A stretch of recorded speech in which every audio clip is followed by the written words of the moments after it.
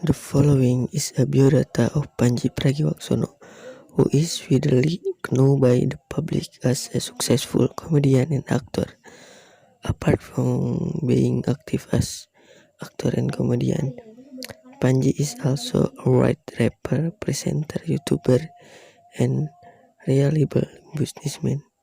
Pandji has done several stand-up programs around the world. Pandji real name is Pandji Pragiwaksono Wongsuyudo.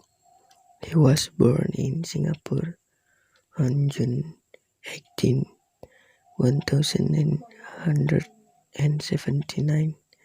Pandji age is 41 years old. Pandji is an actor, radio announcer, television presenter, book writer, rapper, and Indonesian comedian. Pandji attended SMP Negeri 29 Jakarta and continued to SMA Kolase Gonzaga Jakarta. After graduating, Pandji continued his studies in product design, Bandung Institute of Technology. Pandji started his career as a radio announcer for Hard Rock Bandung for 2 years with Tike Pratnakusuma.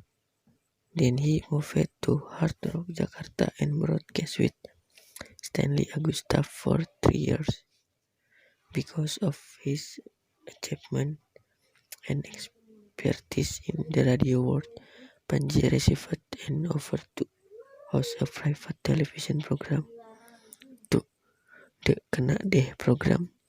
Since the name Pandji has become increasingly popular and known the public. Then he became good at the NBA basketball game.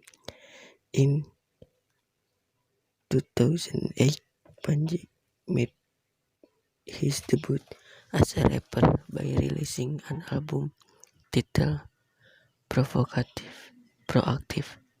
In this album, Pandji collaborated with Tom P, Stanley Agustav, and his wife from 2011 to 2015. Pandji became one of the hosts on the stand-up comedy program Kompas TV. In addition, Pandji made his debut on the big screen by starring in the film Make Money.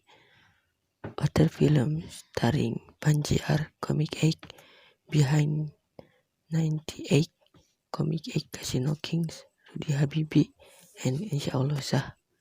Pandji is also active in writing and has published a number of motivational books. He also opens personal branding and motivation classes.